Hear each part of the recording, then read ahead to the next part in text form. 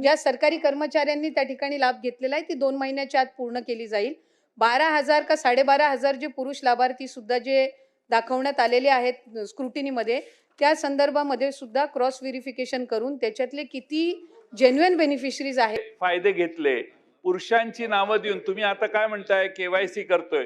KYC त्यांना approve करण्याच्या आधीच तुम्ही करायला पाहिजे. नमस्कार. लाडक्या बहिणीबाबत पुन्हा एकदा हिवाळी अधिवेशनादरम्यान मोठी घोषणा झालेली आहे. लाडकी बहीण योजना जी गेल्या 1.5 वर्षापासून सुरू आहे, तर या योजनेच्या माध्यमातून बहिणींना दरमहा 1,500 रुपये एवढं मानधन दिलं जातं की जेणेकरून महिलांना त्यातून आर्थिक हातभार मिळावा.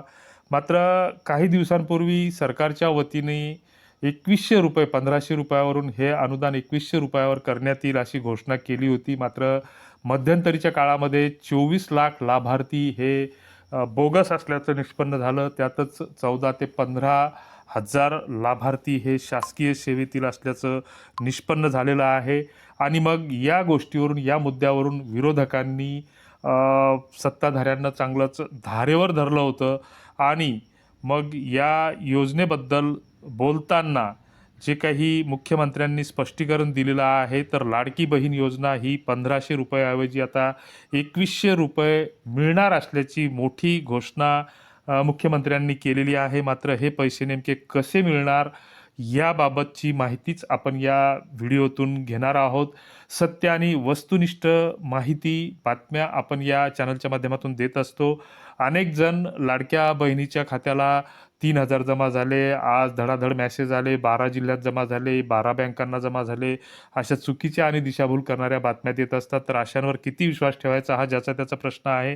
मात्र योजनेची जी काही रक्कम आहे ते 2,100 रुपये करण्याच्या घोषणेवर आणि ई-केवायसीच्या स्थितीवर सरकारच्या वतीनं जे काही स्पष्टीकरण देण्यात आलेलं आहे, तर योजनेची अंमलबजावणीची जी स्थिती आहे सध्याची आणि ई-केवायसीची जी स्थिती आहे, तर त्याबद्दल सरकारच्या वतीनं मुख्यमंत्री यांनी सभागृहात सांगितलं की अंमलबजावणीची आकडेवारी ही स्पष्ट झालेली आहे. त्याबाबत आदिती तटकरे यांनी सुद्धा माहिती दिलेली आहे. एकनाथ शिंदे यांनी सुद्धा याबाबत वेगवेगळ्या माध्यमांसमोर माहिती दिलेली आहे. ई-केवायसीची जी काही प्रक्रिया आहे, तर लाडकी बहीण योजनेअंतर्गत ई-केवायसी साधारणपणे 1,74,00,000 पेक्षा जास्त महिलांची ई-केवायसी पूर्ण झाली असल्याचा दावा महिला व बालकल्याण मंत्र्यांनी केलेला आहे.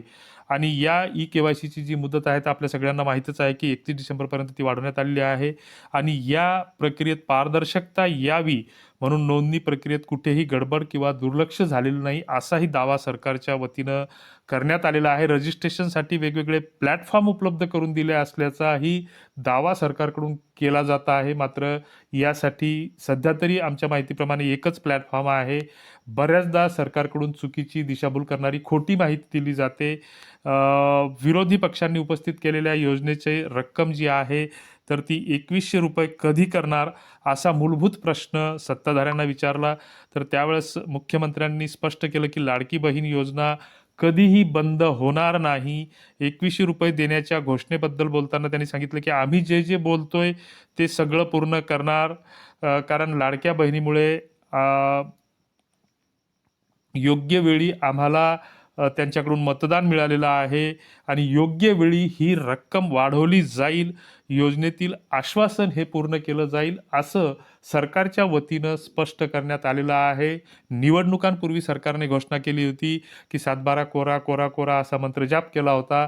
मात्र त्या कोरा करण्याचा अजूनही मुहूर्त सापडलेला नाही. 30 जूनचा मुहूर्त सांगितलेला आहे सरकारच्या वतीनं. आणि या 2,100 रुपयाबाबत योग्य वेळ नेमकी कधी येणार याबाबत आता ते सरकारच सांगू शकेल. म्हणून 2,100 रुपये जमा झाले किंवा 2,100 रुपये जमा होणार हे ज्या काही बातम्या येत आहेत तर ते वृत्त सध्या तरी निराधार असल्याचं स्पष्ट होतं.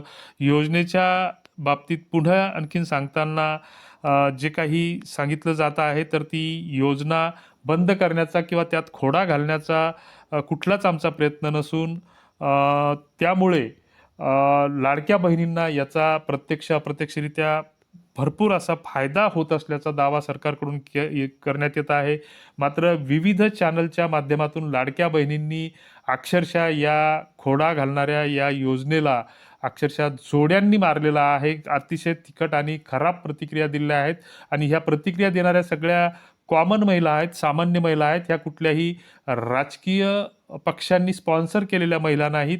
गावखेड्यात कुठेही जा तर अक्षरशः फेसबुकवर जर एखादी पोस्ट टाकली तर त्याबाबत सरकारला अनेक म्हणजे दूषणं देणारे कॉमेंट्स त्याच्या खाली असतात आणि सरकारकडून ही योजना ऐनकेन प्रकारे बंद पाडण्याचा घाट घातला जात आहे. 24 लाख ज्या अर्थी लाभार्थी बोगस सापडतात, 15,000च्या आसपास हे पुरुष लाभार्थी सापडतात आणि त्यातही जवळपास 1500च्या आसपास हे सरकारी कर्मचारी असल्याचं स्पष्ट होतं. हे पूर्णपणे सरकारी यंत्रणेचं अपयश आहे असं आम्हाला वाटतं. तुम्हाला काय वाटतं ते कमेंट बॉक्समध्ये तुम्ही लिहिलं पाहिजे. कारण ज्यांना हा लाभ मिळालेला आहे, बोगस म्हणून ज्यांना लाभ मिळालेला आहे किंवा पुरुषांना लाभ मिळालेला आहे, तर त्यांच्याकडून सक्तीची वसुली करू नये अशी आमची मागणी आहे. कारण ही त्यांनी जी योजनेचा लाभ घेतलेला आहे तर सरकार किती कृतिशील, किती गतिशील आणि किती पारदर्शक आहे हे यातून स्पष्ट होतं. कारण सरकारने जे काही ॲप्लिकेशन आणि पोर्टल लॉन्च केले होते जून 2024मध्ये ही योजना लागू करण्यात आली. 14 ऑगस्ट 2024 रोजी पहिला हप्ता जमा झाला. त्यानंतर अनेक हप्ते या बोगस लाभार्थ्यांनी घेतलेले आहेत आणि मग सरकारचं जे काही सॉफ्टवेअर आहे तर ती IT प्रणालीमधली जी काही त्रुटी आहे तर याच्यामध्ये जे काही महिला आणि पुरुष यांचं नामांकन करत असताना तिथं लिंग हे नमूद केलं जातं आणि एखाद्या पुरुषाचं जर आधार कार्ड असेल, पॅन कार्ड असेल, त्याचं बँकेचं खातं असेल तर त्याच्यामध्ये मॅन्डेटरीप्रमाणे म्हणजे अत्यावश्यक म्हणून लिंग हे निवडलेलं असतं. स्त्री आहे, पुरुष आहे, थर्ड जेंडर म्हणजे नपुसंक आहे हे निवडलं जातं आणि मग हे निवडलेलं जात असताना तृतीयपंथी स्त्री पुरुष हे निवडलं जात असताना जर ते सॉफ्टवेअर ॲक्सेप्ट करत असेल तर त्याच्यात कुठल्याच प्रकारचं व्हॅलिडेशन केलं गेलं नाही किंवा फिल्टर लावले गेले नाही योग्य प्रकारचे किंवा सरकारला हा मुद्दामहून हा सरकारनंच एक प्रकारे घोटाळा केलेला आहे. जवळपास 5-5.5 हजार कोटीच्या आसपास हा घोटाळा असल्याचं माध्यमांनी सांगितलेलं आहे आणि यातून जवळपास 162 कोटी रुपये वाया गेलं असल्याचं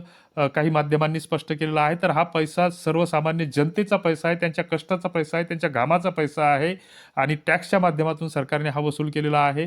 तर तो पैसा कुणाचाही कष्टाचा पैसा असा जर विनाकारण जात असेल तर ते एक कुठेतरी त्या सरकारची ती नैतिक, कायदेशीर आणि सामाजिक जबाबदारी ठरते. संबंधित मंत्र्यांनी राजीनामा दिला पाहिजे आणि प्रशासनातील जे काही आयुक्त असतील, सचिव असतील किंवा जिल्हा लेव्हलचे जे काही अधिकारी असतील तर त्यांच्यावर कारवाई झाली पाहिजे अशी आमची मागणी आहे. तुम्हाला याबद्दल काय वाटतं ते कॉमेंट बॉक्समध्ये नक्की कळवा. धन्यवाद.